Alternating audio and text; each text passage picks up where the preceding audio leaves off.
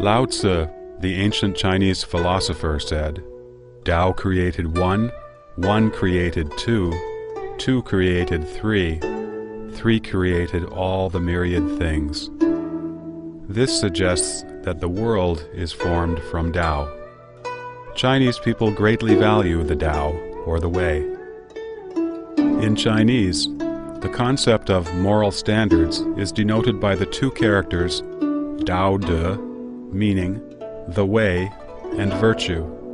Any behavior not conforming to moral standards was said to not follow the principle of Tao.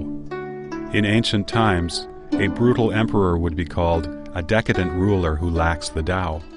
Even farmers in revolt posted banners proclaiming, "Achieve the way on behalf of heaven." The Chinese traditionally believed in the unity of heaven and humanity. Lao Tzu said in his book, Tao Te Ching, "Man follows the earth follows heaven, heaven follows the Tao, and the Tao follows what is natural. The Tao of the universe does not change, and the universe runs according to the Tao, in an orderly manner. The earth follows the changes of heaven. Therefore, it has 4 distinct seasons. By respecting heaven and the earth, humankind enjoys a harmonious life of gratitude and blessings. This is reflected in the expression, heaven's favorable timing, earth's advantageous terrain, and harmony among the people. Astronomy, geography, the calendar system, medicine, literature, and even social structures all follow this understanding according to traditional Chinese thought. For over 5,000 years, profound insights offered by sages and philosophers about heaven, earth, and the universe have been passed down from generation to generation. This wisdom has nurtured the Chinese people and created one glorious era after another.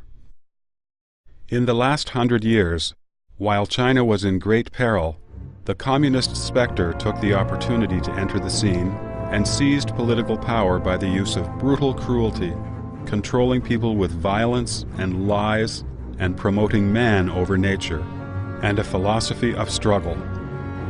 Chairman Mao Zedong said, "Battling with heaven is endless joy, fighting with the earth is endless joy, and struggling with humanity is endless joy." The Communist Party despises heaven, earth, nature, and morality. It is an extremely malevolent force against the universe, causing limitless agony and tragedy. It has also pushed China's 5,000-year civilization to the brink of destruction.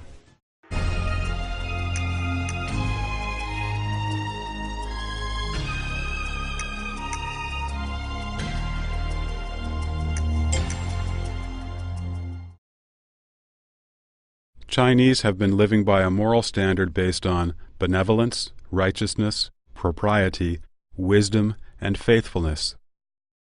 Popular sayings included, "Men at birth are naturally good," and "The heart of compassion is possessed by all people alike." Man's inborn nature aspires to kindness. Morality and justice are the most fundamentally important criteria for human beings. The Communist Party disregards these fundamental criteria, human nature, and morals. It materializes and mechanizes human beings. It classifies people into different categories based on wealth, family background, and so-called class components, and stresses that class conflict shouldn't be harmonized.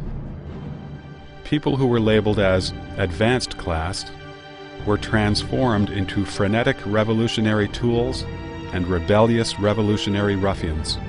Those labeled as reactionary class were, whether good or bad, cast deep into hell with no chance of being rehabilitated. The Communist Party's standard for classifying people has changed frequently and unpredictably. Yesterday's revolutionaries could be the target of today's attacks. The decades of on-again, off-again political movements have made Chinese people realize that right or wrong is not important in the communist society. The only way to survive is to follow the party closely. In Chinese society today, people have lost their standard of good and evil, virtue and vice. Virtue is regarded as foolish and a sign of weakness. The Chinese saying, "Life will get the best of you if you don't look out for number one," has become many people's motto. People stop at nothing for personal gain.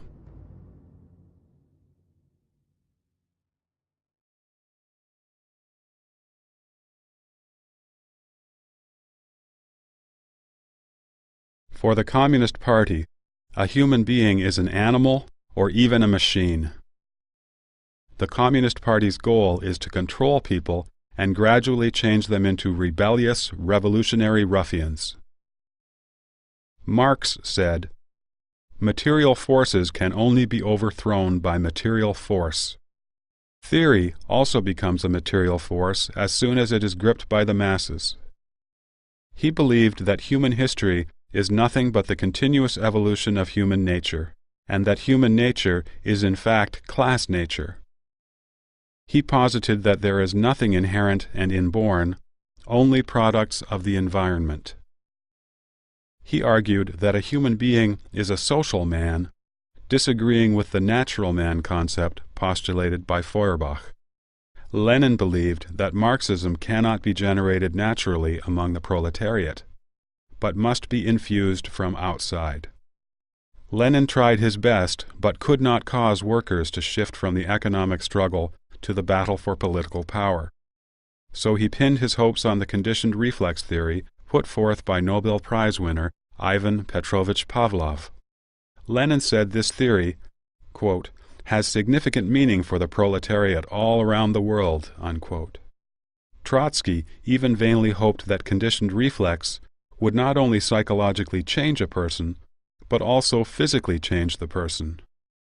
In the same way that a dog drools once it hears the lunch bell ringing, soldiers would be expected to rush ahead bravely upon hearing gunshots, devoting their lives to the Communist Party. Since ancient times, people have believed that rewards come from effort and labor. Through hard work, one gains a prosperous life. People have contempt for indolence and consider reaping benefits without working immoral. However, after the Communist Party spread to China like a plague, it encouraged social scum and idlers to divide up the land, rob private property, and tyrannize men and women. These things were even done publicly and legally. Respecting one's elders and teachers, and respecting knowledge, has been a Chinese tradition for several thousand years. Yet, in the Cultural Revolution, the Chinese Communist Party encouraged students to assault and bully teachers. Knowledge was condemned. It was said that, quote, "the more knowledgeable one is, the more reactionary," unquote. The concept of being respectful to teachers and knowledge was quickly erased from the minds of that generation. On August 5, 1966, Bian Zhongyun, a teacher of the affiliated girls' high school of Beijing Normal University, was paraded around by her female students on the street, wearing a tall dunce hat and ink-stained clothes, carrying an insulting black board over her neck. She was surrounded by students drumming on trash cans. She was forced to her knees on the ground, beaten with a wooden stick spiked with nails, and burned with boiling water. A living and breathing Bian Zhongyun was tortured to death on the spot. In another story, the woman principal of the affiliated high school of Beijing University was forced by students to knock on a broken wash basin and yell, "I am a bad element." Her hair was shaved to humiliate her. Her head was beaten bloody while she was forced to crawl on the ground. During those years of the re-education of intellectuals, professors from Tsinghua University were banished to Carp Island in Nanjing, Jiangxi province. Schistosomiasis was so common there that a labor camp originally located there had to move. Upon touching the river water, these professors were infected and developed cirrhosis, losing their ability to work and live.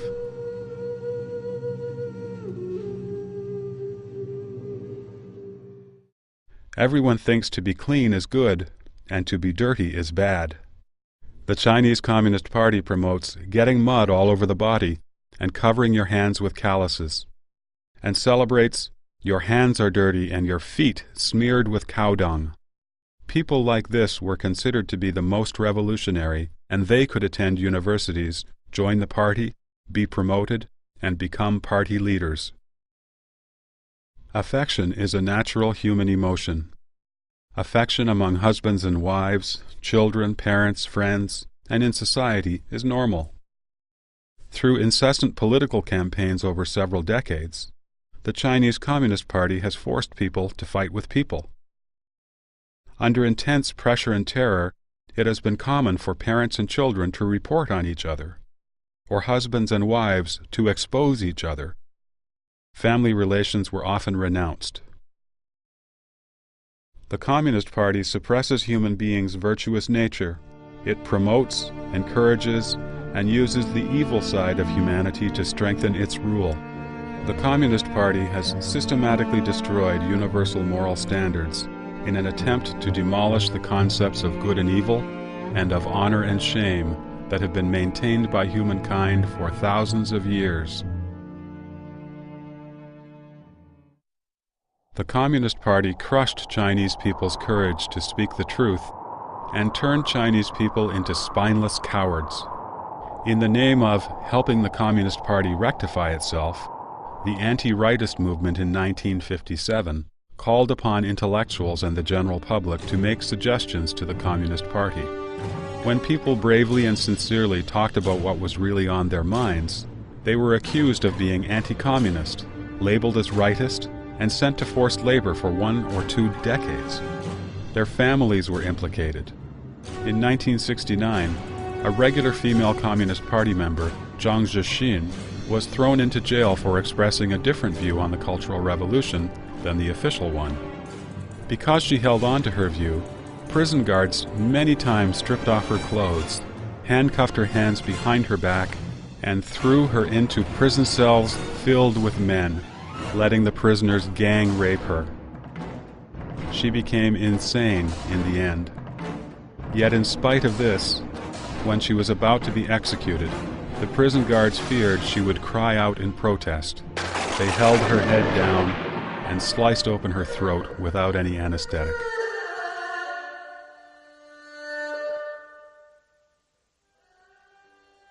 After the 10 years of the Cultural Revolution ended, in order to earn back people's loyalty, the CCP brought justice to many people, restoring their good reputation, including that of Zhang Zhixin.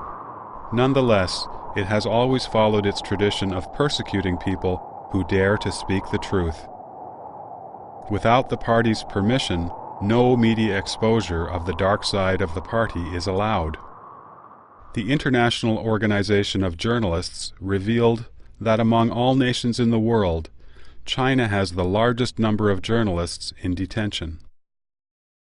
In 1998 and 1999, Zhang Weiping, chief of the Hong Kong-based Wenweipao newspaper liaison office in northeast China, published articles under an alias in Hong Kong magazines. The articles exposed government corruption and criticized a high-ranking official, Bo Shilai.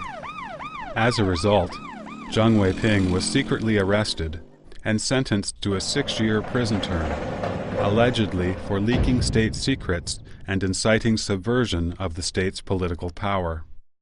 His wife was also detained because she tried to help her husband.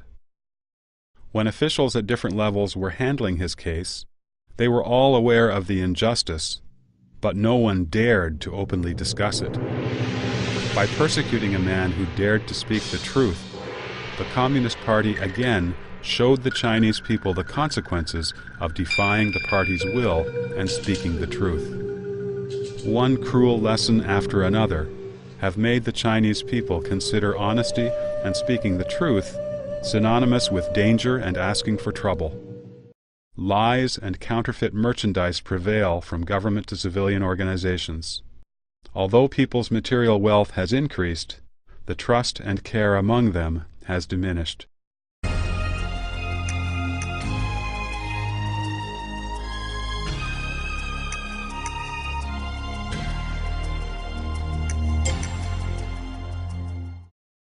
Engels said that freedom is the recognition of inevitability. Mao Zedong added, and the reformation of the world. This final touch fully brought to light the Chinese Communist Party's view of nature, namely, as something to be changed and to be conquered. The popular folk songs during the Great Leap Forward show the arrogance and stupidity of the party, showing how they dared to challenge nature. The lyrics go, "I can make the mountains bow and have the rivers step aside. There's no Jade Emperor in heaven, and there's no Dragon King on earth. I am the Jade Emperor, and I am the Dragon King. I order the 3 mountains and 5 gorges to step aside. Here I come." Indeed, the Communist Party has come. With it comes the destruction of the balance of nature and the original harmonious world.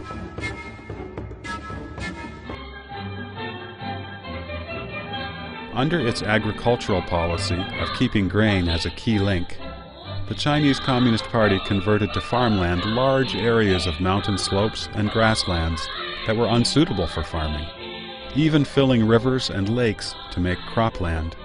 What was the result? The CCP claimed that the grain production in 1952 exceeded that of the nationalist period. The CCP did not reveal, however, that it wasn't until 1972 that the total grain production in China exceeded that of the peaceful Qianlong reign during the Qing dynasty. To this day, China's per capita grain production is far below that of the Qing dynasty, and is 1/3 of that of the Song dynasty, when agriculture was at its peak in Chinese history. The indiscriminate cutting of trees, leveling of rivers, and filling of lakes have caused drastic ecological deterioration in China. China's ecosystem is on the brink of collapse.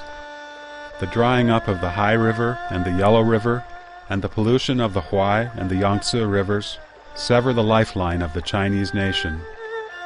With the disappearance of grasslands in Gansu, Qinghai, Inner Mongolia, and Xinjiang, sandstorms have entered the Central Plains. In the 1950s, under the guidance of Soviet experts, the CCP built the Sanmenxia hydroelectric power station on the Yellow River. To this day, this power station has the generating capacity of only a medium-sized river, despite the fact that the Yellow River is the second largest river in China. To make matters worse, the project has also led to an accumulation of mud and sand in the river's upper reaches, and raised the height of the riverbed. Because of this, even a moderate flood brings enormous loss of life and property to people on both sides of the riverbanks. In the 2003 flood of the Wei River, the peak volume was 3,700 cubic meters per second, a level that might occur every 3 to 5 years. Yet, that flood caused a disaster unprecedented in the past 50 years. A multitude of large-scale reservoirs were built in Henan province. In 1975, the dams of these reservoirs collapsed one after another. Within 2 hours, 60,000 people drowned. The total death toll was as high as 200,000. Today, the CCP continues wanton acts of destruction against the land of China. The construction of the Three Gorges Dam, which was officially started at the end of 1994, was another dam construction the CCP attempted to monumentalize. The Xinhua news agency said, "The construction of the Three Gorges Dam was a great project that conformed to Zhang's Three Represents," and that the construction of the Three Gorges Dam was a brilliant joint decision made possible by 3 generations of leaders in the party central. Yet, a series of serious consequences have surfaced along the way. About 2 million people have been forced to leave their homes behind, creating some unsurmountable challenges. The 600-kilometer-long reservoir will flood over 250,000 acres of precious farmland and 1,300 historical cultural sites. It will bring unpredictable damage to the environment along the Yangtze River. Amid the hype about great dams for so many years, the Three Gorges Dam will probably be the most disastrous of all.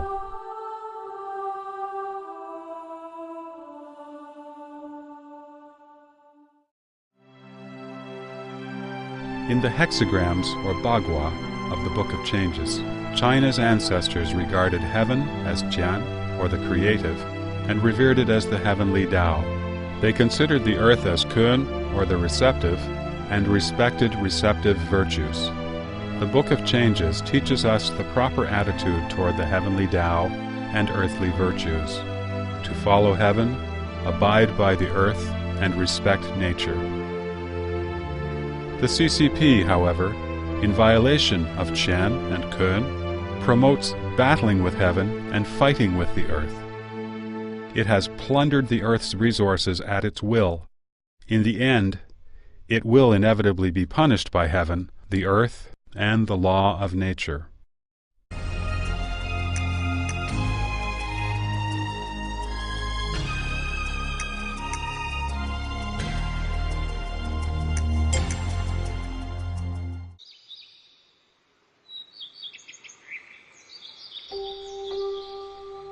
There is a Chinese saying which goes, "You do not know the true face of Mountain Lu, precisely because you are on the mountain."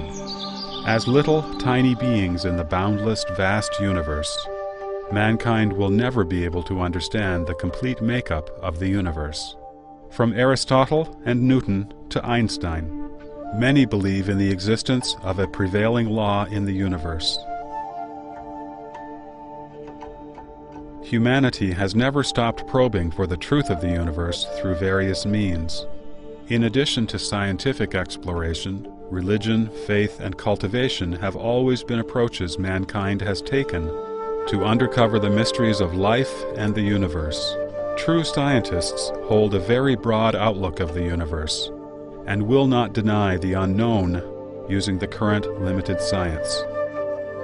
Renowned scientist Newton, for example, in his seminal book, Principles of Mathematics, published in 1678, explained in detail the principles of mechanics, tidal formation, and planetary movement, and calculated the movements of the solar system. Newton, who was so eminently accomplished, said repeatedly that his book offered a mere description of surface phenomena, and that he did not dare to speak about the real meaning of the ultimate God in creating the universe. In the second edition of Principles of Mathematics, in expressing his faith, Newton wrote, "This most beautiful system of sun, planets, and comets could only proceed from the counsel and dominion of an intelligent and powerful being. As a blind man has no idea of colors, so we have no idea of the manner by which the all-wise God perceives and understands all things." The People's Daily newspaper published the following statements in an article entitled "Upholding Science and Destroying Superstition" on June 21, 1999. Our Communist Party's history is a history of upholding science and destroying superstition. Evidence has shown that Marxism's scientific world outlook is a powerful weapon of thought for us to defeat all enemies and all difficult obstacles. Based on this absurd understanding of the world, the Communist Party claims to be the embodiment of science and to represent the truth. It advocates things that conform to its narrow theory and calls everything outside of its own theories false science or superstition. Whether it is different thinking, a new aspect in the scientific field, or a religion with several thousand years of history, the Communist Party attacks, condemns, and censors it until it can no longer exist. The Russian Communist Party used to criticize the theories of relativity, quantum physics, and the theories of the universe. After it came to power in 1949, the Chinese Communist Party closely followed Russia and demolished any anti-Marxism or anti-Leninism theory. Many professors' political thinking and ideas about class differentiation were harshly criticized because their academic views conflicted with the government's official guidelines. On June 29, 1952, the People's Daily published an article announcing that the Russian geneticist Michurian's biological theory was of the proletariat nature, whereas Morgan's theories of genetics, which was commonly acknowledged at the time in the global biological community, was criticized as idealism, reactionary, supporting the capitalist class, false science, and even fascism. During the Great Leap Forward in 1958, the ideology of the day is summed up by the following saying: "However daring human beings are, that's how productive the earth is." This saying was considered to be the truth, and any experts who thought differently were ruthlessly denounced and criticized. Today, modern medical science, research on the soul, reflective research on evolution, and other new scientific fields around the world have been denounced as false science, and are being suppressed and attacked in China because they are not in accordance with communist doctrine. Science is a means for mankind to explore nature, yet the Chinese Communist Party has used many ways to monopolize and manipulate science. The manipulation is all-encompassing, influencing everything from education to scientific research. It has suffocated Chinese people's creativity and independent thinking, their spirit to explore unknown territory, and their courage to reflect on traditional theories. For thousands of years, faith has been mankind's experience and a way of understanding the relationship between man and the universe. Faith should lie beyond the management of a political party. The Communist Party believes in materialism and atheism, which oppose mankind's traditional beliefs. People's faith in God made it difficult for the Communist Party to promote communism. Consequently, ever since its earliest establishment, the party has been extremely afraid of various orthodox faiths. So, it turned around and accused religion of being an opiate for the masses, keeping them numb to the truth. The Communist Party forces people to believe that a human being is no more than a high-level animal who can talk and use tools. It advocates that there is no God, no Buddha, no past lives, no afterlife, and no ultimate price to pay for one's misdeeds. Without exception, after the Communist Party seized the reins, in order to strengthen their power, the party leaders deified themselves.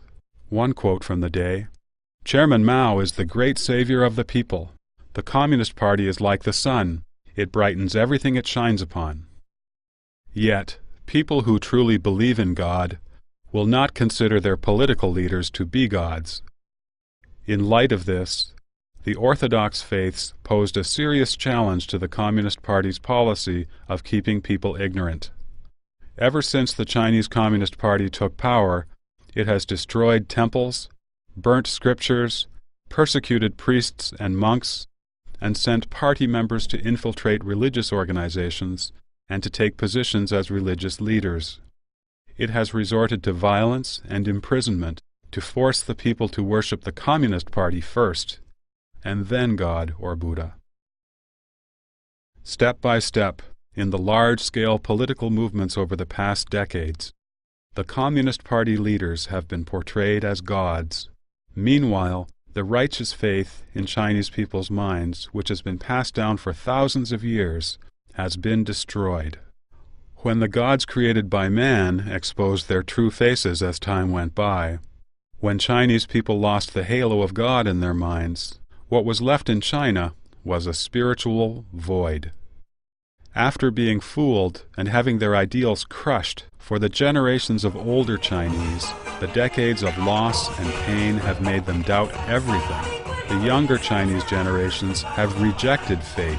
The incessant pursuit of material comfort and an indecorous attitude toward life have destroyed Chinese people's moral restraints. The Communist Party has not only wantonly destroyed people's lives and property, it has taken away the morality and soul of the Chinese people, which had been passed down for thousands of years.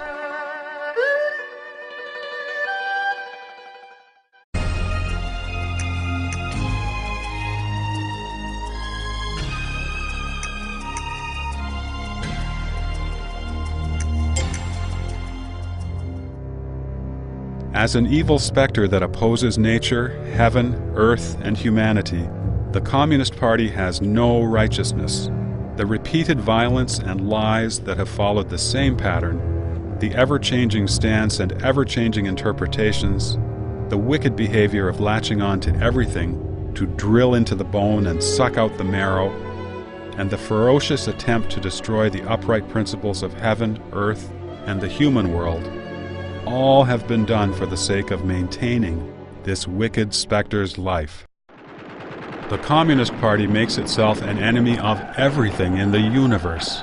Because of this, from the very beginning, it is doomed to be buffeted by one crisis after another, and is destined to be eliminated by the universe. As the first paragraph in the Communist Manifesto says, all the powers of old Europe have entered into a holy alliance to exorcise this specter. In China, the Communist Party has had the same experience. From the Mahe incident and the April 12th purge of the party, to being besieged 5 times in areas they controlled by the KMT, and eventually to being forced to retreat in the Long March, the CCP has always faced the crisis of its own elimination. One political movement after another, from when the CCP took power to the so-called economic reforms which completely abandoned socialist theory, these are nothing but struggles made up by the Communist Party when it encountered life and death crisis over and over again.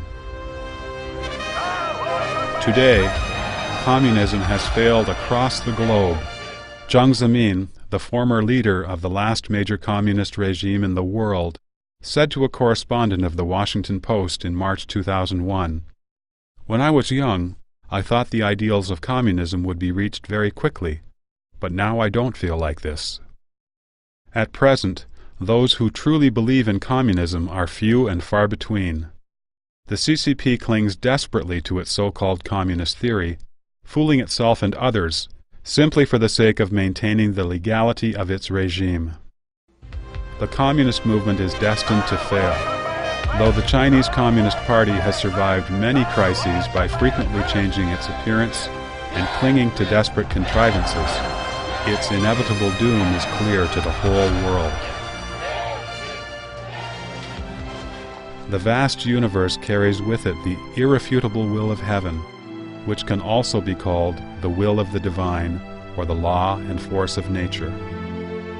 Humanity will have a future only if it respects heaven's will, follows the course of nature, observes the law of the universe, and loves all beings under heaven.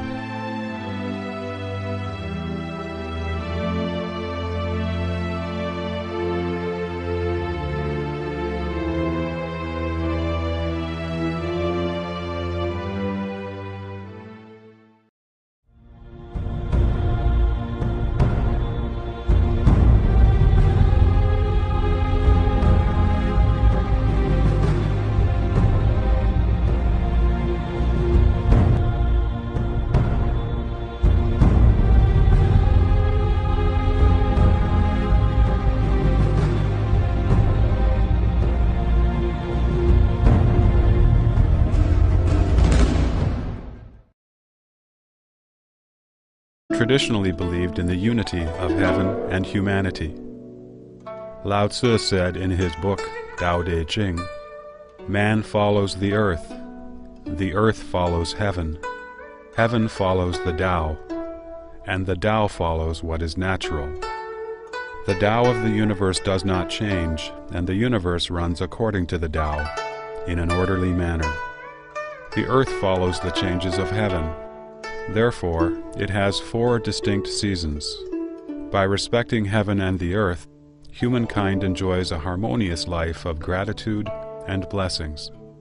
This is reflected in the expression, heaven's favorable timing, earth's advantageous terrain, and harmony among the people.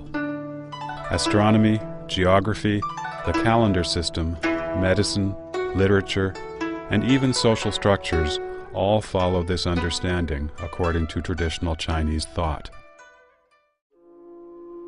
For over 5,000 years, profound insights offered by sages and philosophers about heaven, earth, and the universe have been passed down from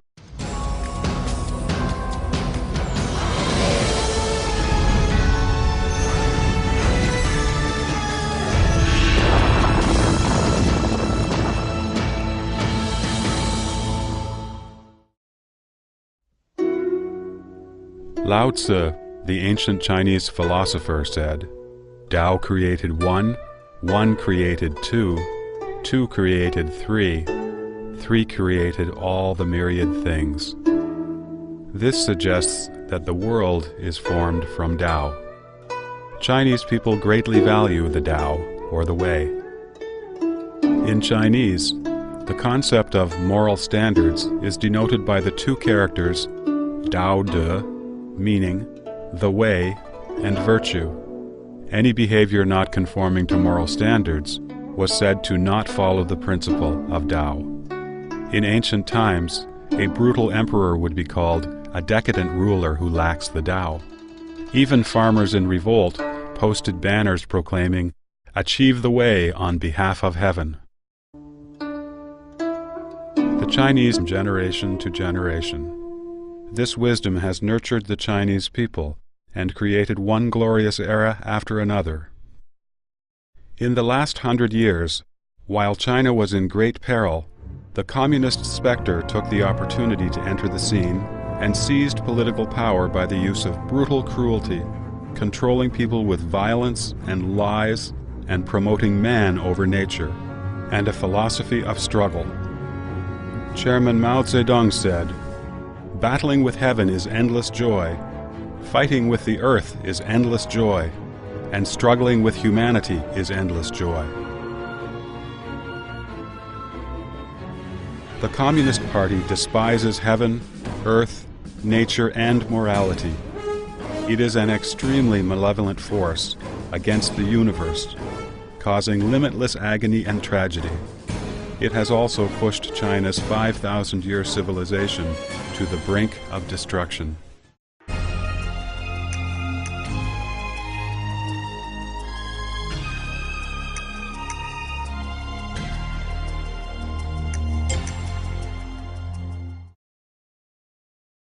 Chinese have been living by a moral standard based on benevolence, righteousness, propriety, wisdom, and faithfulness.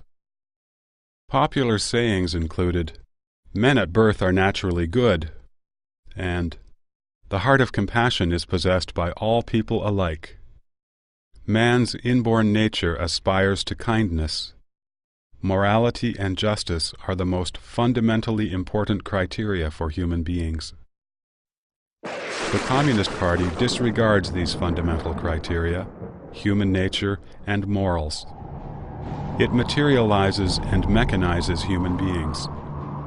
It classifies people into different categories based on wealth, family background, and so-called class components, and stresses that class conflict shouldn't be harmonized. People who were labeled as advanced class were transformed into frenetic revolutionary tools and rebellious revolutionary ruffians.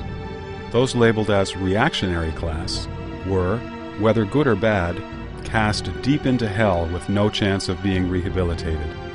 The Communist Party's standard for classifying people has changed frequently and unpredictably. Yesterday's revolutionaries could be the target of today's attacks. The decades of on-again, off-again political movements have made Chinese people realize that right or wrong is not important in the communist society. The only way to survive is to follow the party closely. In Chinese society today, people have lost their standard of good and evil, virtue and vice. Virtue is regarded as foolish and a sign of weakness. The Chinese saying, "Life will get the best of you if you don't look out for number one," has become many people's motto. People stop at nothing for personal gain.